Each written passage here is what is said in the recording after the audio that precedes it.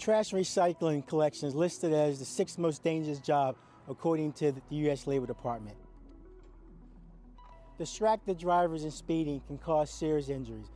We've had employees get pinned to the back of the vehicle. We've had our employees get their foot run over because people are not paying attention. New Jersey's Move Over law aims to protect service workers and emergency responders working along the road. The law requires drivers to move over one lane when approaching emergency vehicles or service trucks, such as ACUA's collection vehicles. You should always slow down below the posted speed limit when passing. Drivers that violate the move over law can be fined up to $500. So whatever you can do to help our employees go home safe at the end of the day makes a big difference. Move over and slow down to get around.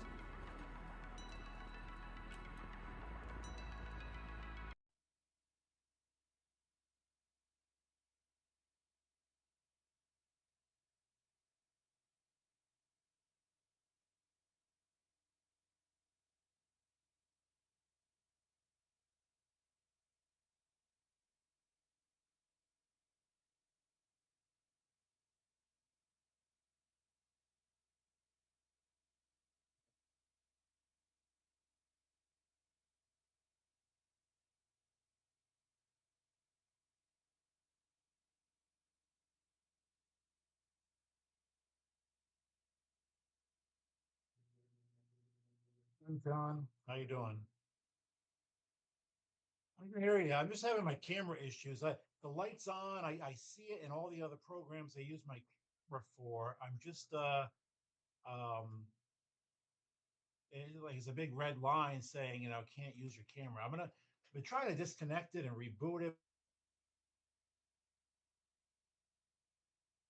I pull it up and I see myself and just for some reason not connecting here, which is all right. All right, I'll wait for that. I'm sorry for the trouble.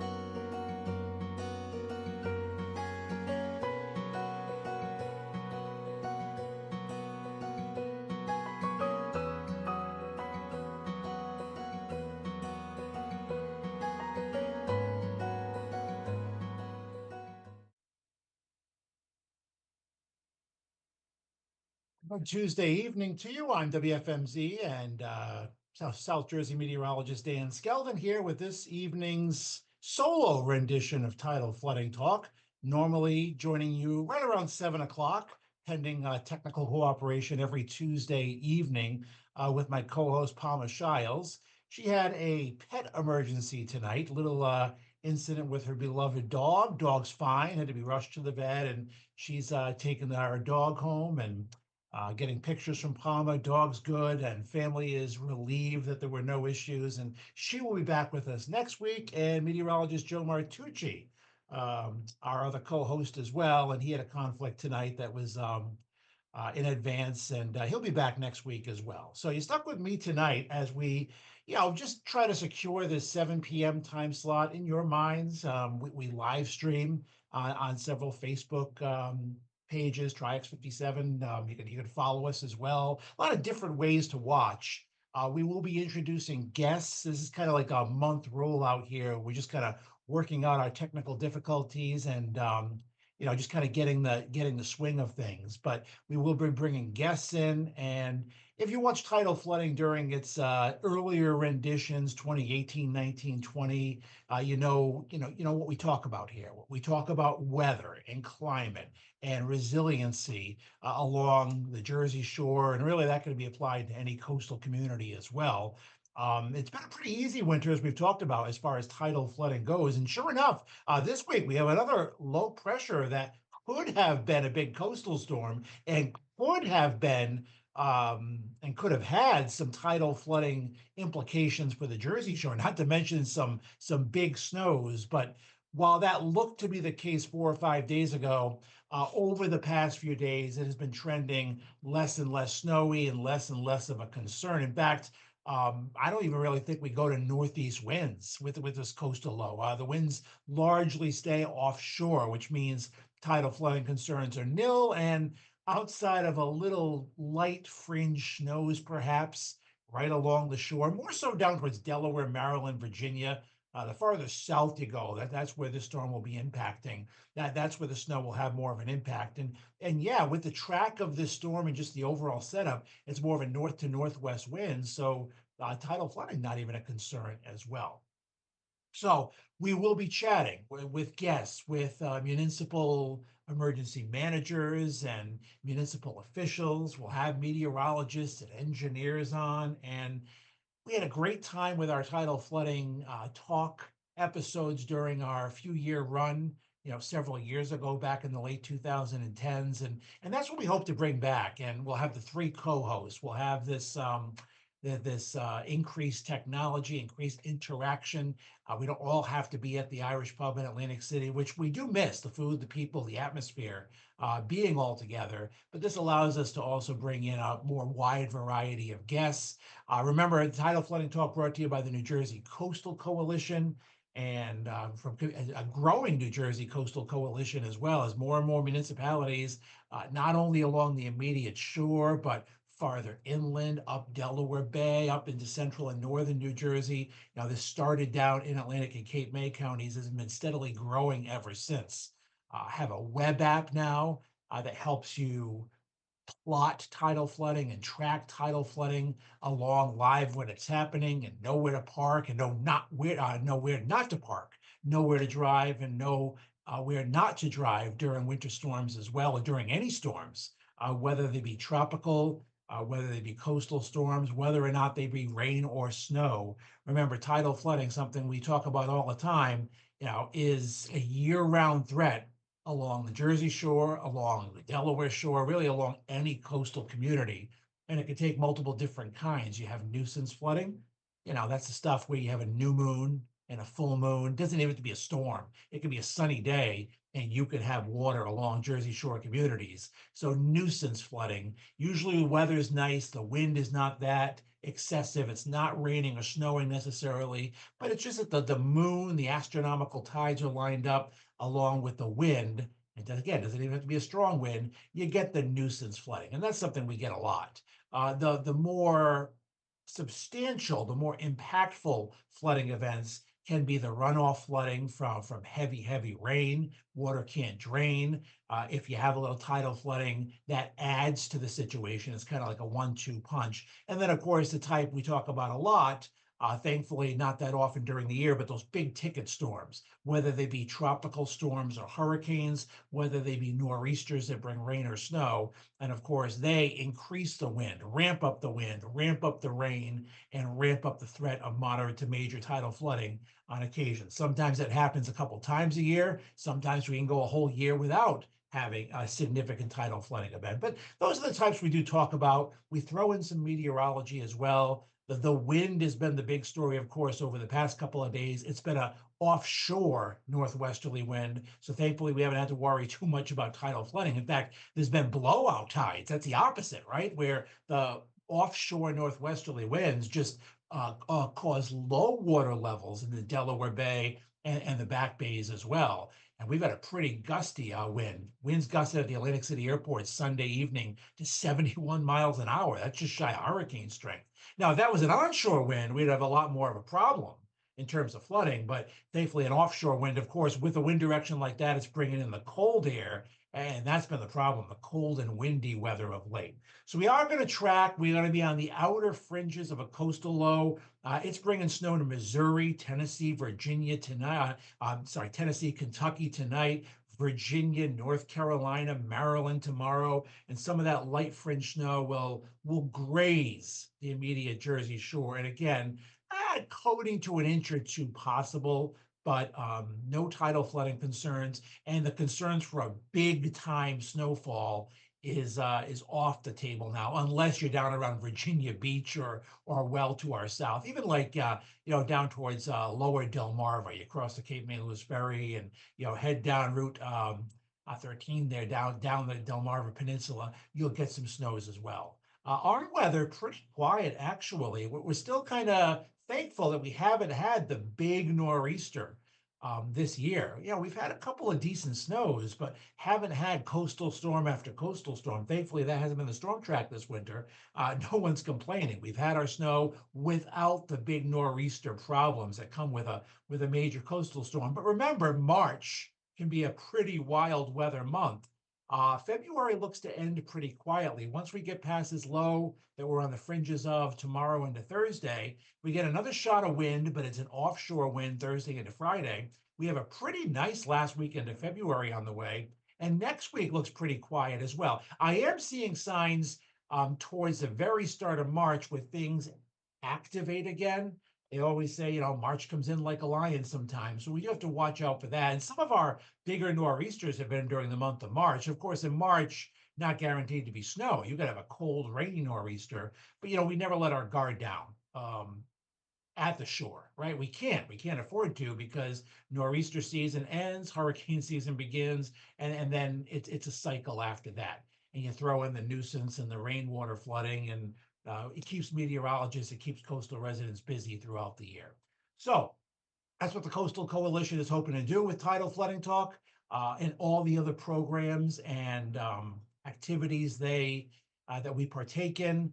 Increase awareness, increase resiliency along the shore, increase education to tidal flooding. You go without it for a while sometimes. You can forget about it. Tourists, of course, big tourist area of the shore, don't necessarily know as much of tidal flooding as locals do. So that's one of the big goals of the New Jersey Coastal Coalition. Again, increasing resiliency and awareness. And you have two meteorologists out of our three co-hosts, so we can talk a lot of weather. Palma, of course, on the municipal side, can talk laws and regulations. And most of the time, we will have at least two co-hosts here. This is probably the only week that you're stuck with just one, where you're stuck with me talking tidal flooding. But 7 p.m. every Tuesday, that's when we will be live. And normally with three co-hosts here, we can read comments. If you are on one of our live streams, of course, you feel free to ask questions. This will be interactive. That's one thing that we hope to bring back to Tidal Flooding Talk. We love taking your comments and questions. And of course, the guest is the other interactive part. Co-hosts are great, But it's nice to have different guests, and that's what we hope to bring with you every week, every Tuesday, 7 p.m. throughout the year. Again, normally 2 out of the 3 of us, me, Palma, and Joe, will be here, and lots of different ways that you can watch, whether it be my Facebook page or Joe Martucci's Facebook page, Jersey Coastal Coalition's Facebook page. These will either be live or the recorded show will be posted on there, or in some cases both. And on Triax 57, you can also log on and follow Tidal Flooding Talk. Again, brought to you very proudly by Executive Director Tom Quirk and the rest of the great folks at the New Jersey Coastal Coalition. And a huge shout out to our, sure, John. John, what's your official title? Production Director. Our production manager, John, is going to continue to work with us technically, technologically speaking, and really enhance, opens and closes to the show. He gets the show to everywhere it is supposed to go. And it's something we didn't have during the first rendition of Tidal Flooding Talk back in, the late 2010. So really excited to have John Hines on board with us, and he's going to make us look as good as possible. And that's a tough task, but it's just me doing Tidal Flooding Talk. So appreciate John and everything he does. So again, we will see you next Tuesday night. We expect to have all 3 of us back, me, Palma, and Joe. And presuming all the kinks are worked out and we kind of got the rust knocked off of our absence over the past couple of years, we hope to start bringing guests as well. When the weather warrants, when there are big coastal storms, God forbid, hurricanes or tropical storms bearing down in the area, it will be a weather focus to the show. When the weather is quiet, it will be more of an education outreach and resiliency approach to the show. We'll just kind of let the current weather patterns dictate what we're going to be talking about in any given week. So again, hope to see you back here next Tuesday night. We target for about 25 minutes for these shows, obviously a little shorter tonight when it's just me kind of highlighting what's to come and just kind of recapping while we're here. Again, thanks for supporting the New Jersey Coastal Coalition, and we hope to see you back here next Tuesday night with Palma Shiles. Hard to hear maiden name. That's gonna change her in my phone and get used to that. Joe Martucci, that's his maiden name, so I got that one right. And for meteorologist Dan Skeldon and our production director, John Hines. Thanks for watching Tidal Flooding Talk.